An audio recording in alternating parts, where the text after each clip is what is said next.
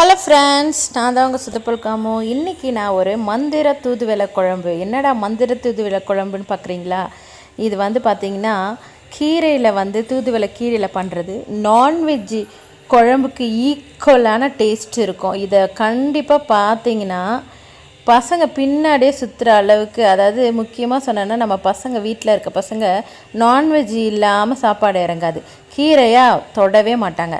So அந்த மாதிரி பசங்களுக்கு இந்த குழம்பு நீங்கள் வச்சு கொடுத்தீங்க அப்படின்னா கண்டிப்பாக பிடிக்கும். அதனால தான் இது பேர் மந்திர தூதுவளை குழம்புன்னு வச்சுருக்கேன். இது வாங்க எப்படி செய்யலான்னு நிறைய பேருக்கு தூதுவளை எப்படி இருக்கும்னு தெரியாது. இப்போ நான் அந்த செடியை காமிக்கிறேன் உங்களுக்கு. இதுதான் இப்படி தான் இருக்கும் தூதுவளை. பார்த்திங்கன்னா முள்ளாக இருக்கும். ஒரு கத்திரிப்பூ கலரில் ஒரு பூ பூக்கும். இப்போ பூ பூக்கலை, அதனால் நான் அப்படியே காமிக்கிறேன். இது நீங்கள் கையில் கட் பண்ணாமல் சிஸ்ஸரில் கட் பண்ணணும். ஏன்னா முள் கையில் குத்திக்கும். இந்த பாருங்கள், இலை இப்படி தான் இருக்கும். எப்படி க்ளீன் பண்ணலாங்கிறத நான் காமிக்கிறேன்.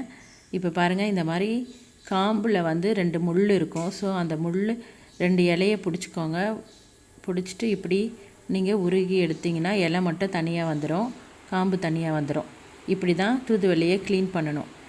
பார்த்து க்ளீன் பண்ணுங்கள், முள் இருக்கும். இப்போ வாங்க எப்படி பண்ணலாங்கிறத பார்ப்போம். இப்போது ஒரு ஜாரில் டைரெக்டாக தூதுவளையை க்ளீன் பண்ணி போட்டிருக்கேன். 5 நம்பர் பூண்டு நல்ல பேஸ்ட்டாக அரைச்சிக்கோங்க. அந்த அரைச்ச பிறகு அரை தக்காளி போட்டு மறுபடியும் அரைச்சிக்கோங்க. நல்லா ஃபைன் பேஸ்ட்டாக வந்துடட்டும். இப்போ ஒரு பேனில் குழம்பு தாளிச்சிடலாம். ஸோ இப்போ 2 டேபிள் ஸ்பூன் நல்லெண்ணெய், 2 டேபிள் ஸ்பூன் கடலெண்ணெய். இன்கேஸ் உங்களுக்கு கடலை எண்ணெய் வேண்டாம் அப்படின்னு தோணுச்சுன்னா 4 டேபிள் ஸ்பூன் நல்லெண்ணெய் ஊற்றிக்கோங்க. நல்ல எண்ணெய் காஞ்ச பிறகு அரை டேபிள் ஸ்பூன் கடுகு, 1 டேபிள் ஸ்பூன் வெந்தயம். நல்ல வெந்தயம் பொரிஞ்ச உடனே 30 பல் பூண்டு லைட்டாக கொஞ்சம் வதங்கின உடனே நீங்கள் அதுலேயே தக்காளி போட்டு வதக்கிடுங்க. அதுக்கப்புறம் தக்காளி நல்லா வதங்கின உடனே 20 நம்பர் சின்ன வெங்காயம், அப்புறம் ஒரு 10 கறி லீஃப் போட்டு இதிலே வதக்கிடுங்க. தேவையான அளவுக்கு கல்லுப்பு போட்டு நம்ம அரைச்சி வச்சுருந்தோம் இல்லையா அந்த விழுது பேஸ்ட்டு, அதை நல்லா போட்டு வதக்கி அதிலே 2 டேபிள் ஸ்பூன் மிளகாய்த்தூள் போடுங்க.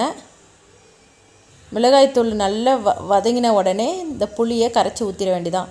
இது ரொம்ப குயிக்காக செய்யக்கூடிய இதுவே, ஒன்று வெயிட் பண்ண வேண்டாம். இது ஆல்மோஸ்ட் 10 மினிட்ஸ்லேயே பண்ணிடலாம்.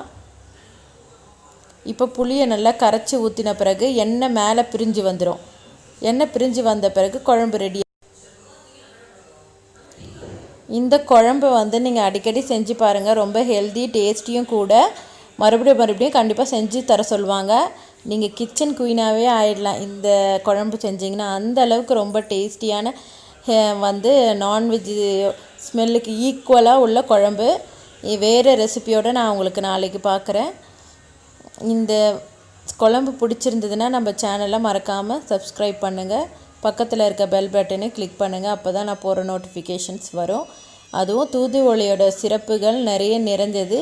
நெட்டில் ப்ரௌஸ் பண்ணி பாருங்கள், அதோட இம்பார்ட்டன்ட் உங்களுக்கு தெரிய வரும்.